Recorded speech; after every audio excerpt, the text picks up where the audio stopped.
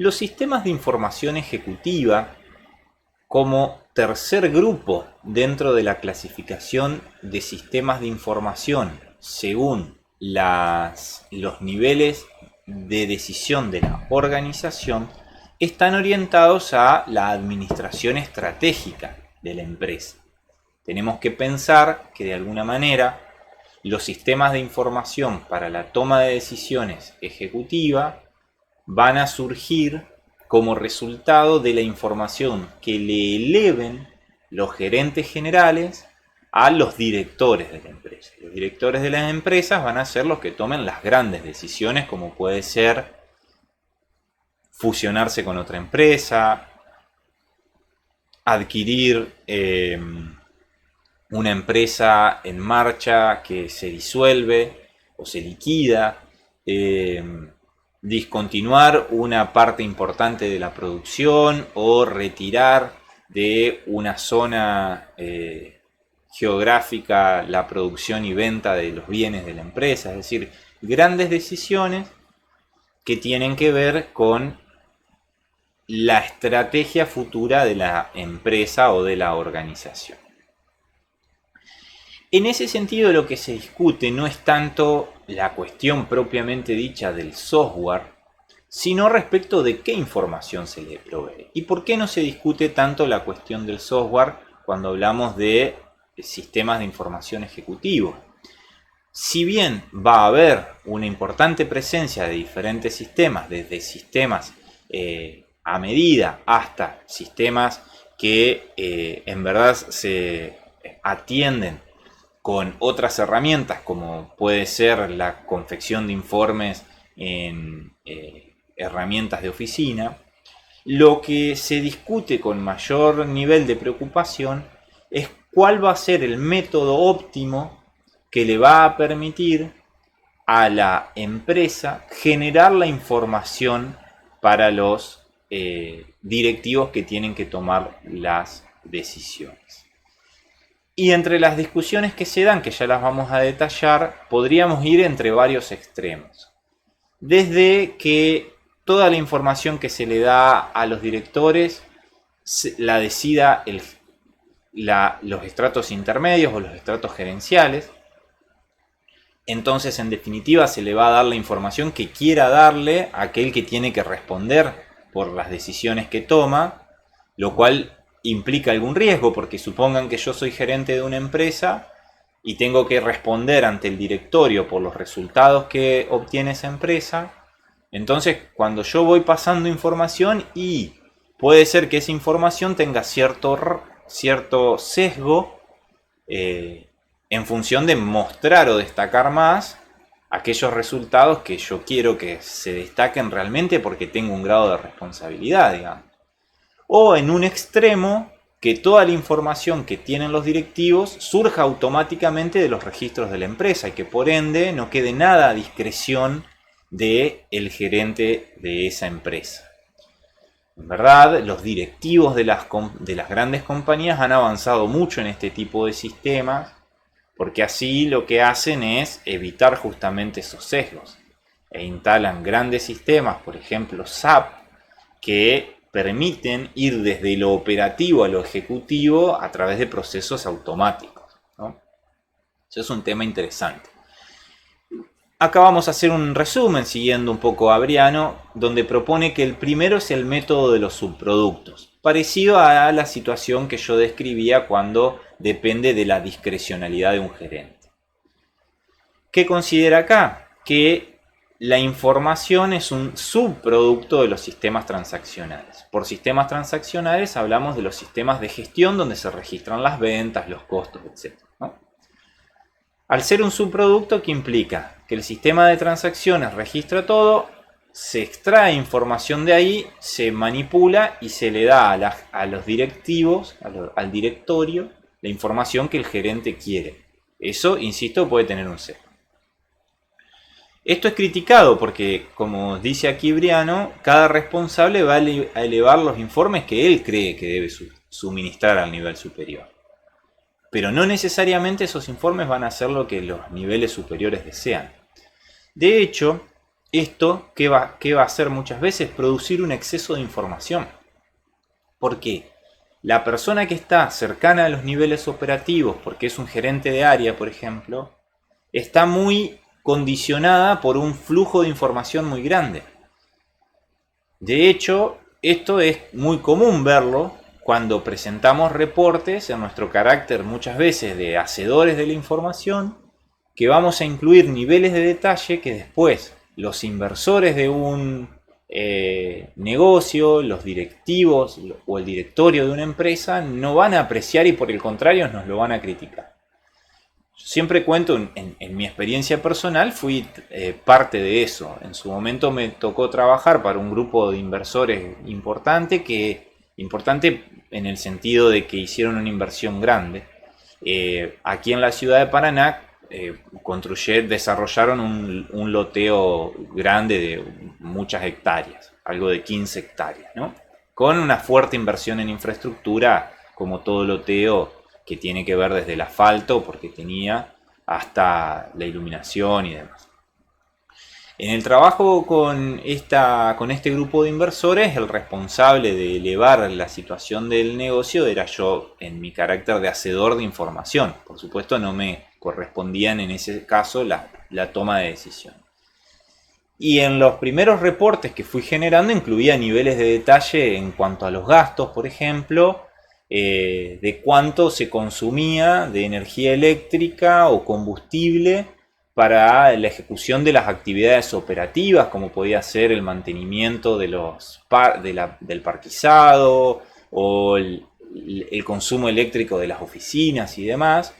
Recuerdo que en ese momento me dijeron que eso no les interesaba, que lo que les interesaba eran exclusivamente los costos de obra y del desarrollo de la infraestructura y nada más que eso, porque esa otra información de costos operativos generaba un exceso de información, como define Briano, que no era deseable.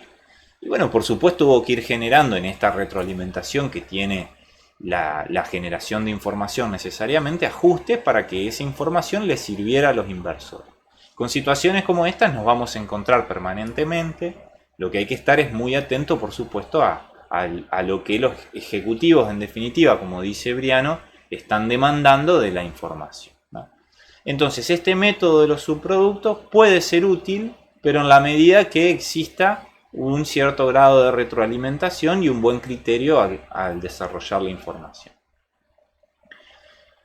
Un segundo enfoque que desarrolla Briano respecto de la información que se les va a suministrar a los ejecutivos principales de una empresa u organización es lo que se denomina el enfoque vacío. Este enfoque vacío es interesante, propone que la información que se puede brindar a partir de las transacciones de la empresa es siempre información del pasado. Es decir, esto es lo que se hizo, esto es lo que se vendió, esto es lo que se gastó, esto es lo que se invirtió. Pero lo que van a decir quienes defienden el enfoque vacío es que en verdad eso no sirve. Porque lo que sirve es lo que viene hacia adelante. Y en verdad lo que van a plantear es que la información siempre se necesita en caliente. Ese va a ser el término que van a utilizar en este enfoque. Es decir, en el momento en que hay que tomar la decisión, que tiene que ver con decir, existe una oportunidad de negocio. Bueno, ¿qué información necesitamos ahora para decidir si esa oportunidad de negocio la vamos a aprovechar o no? Se generó una disminución muy fuerte de las ventas. Bueno, miremos a futuro. ¿Esto se puede revertir o estamos viendo de que la recesión es tan grande que las ventas no se van a volver a recuperar y entonces lo que tenemos que hacer es cerrar? Es decir, lo que van a plantear los defensores del enfoque vacío es que la información pasada, la información transaccional, le sirve a los gerentes intermedios, pero no le sirve a los grandes tomadores de decisiones.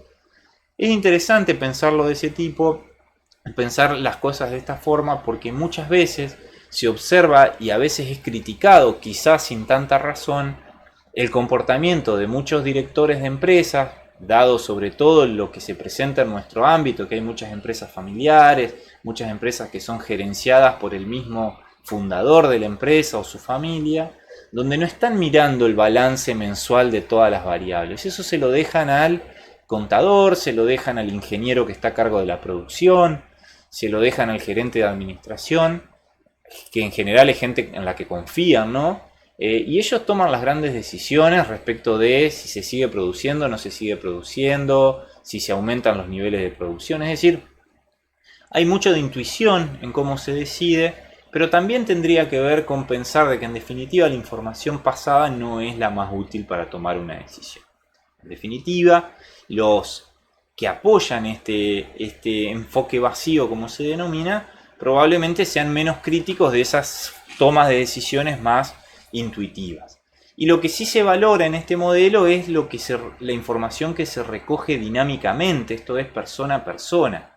Entonces quizás estas personas van a tener una conversación con algún experto que sepa del mercado, que tenga cierta visión de qué va a pasar con las principales variables de la economía.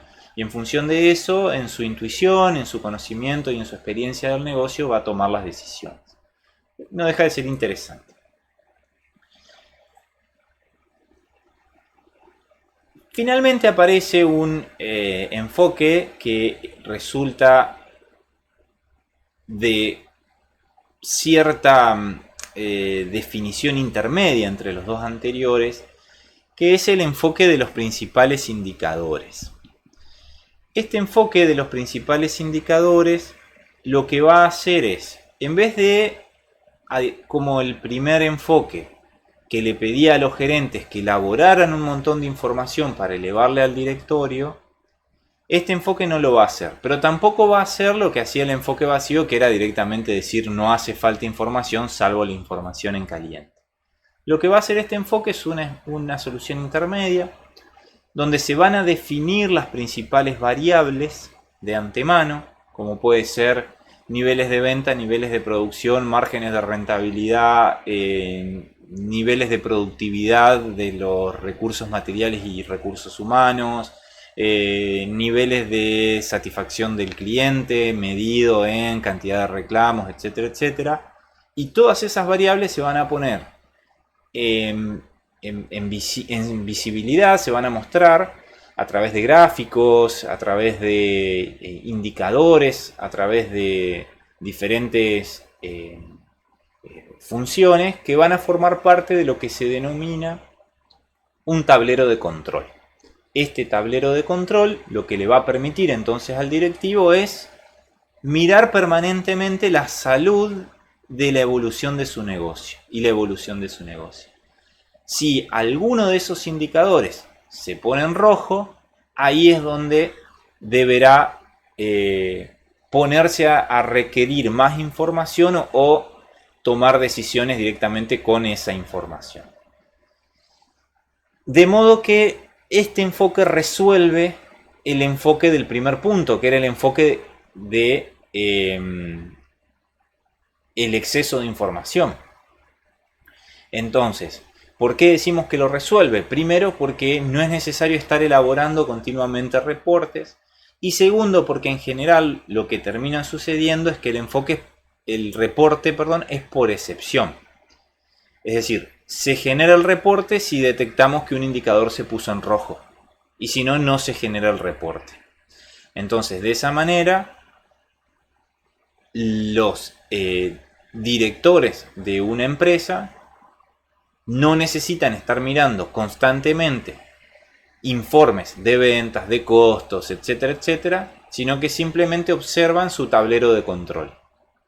Y ante la alerta de un desvío importante, proceden a tomar acciones. ¿No?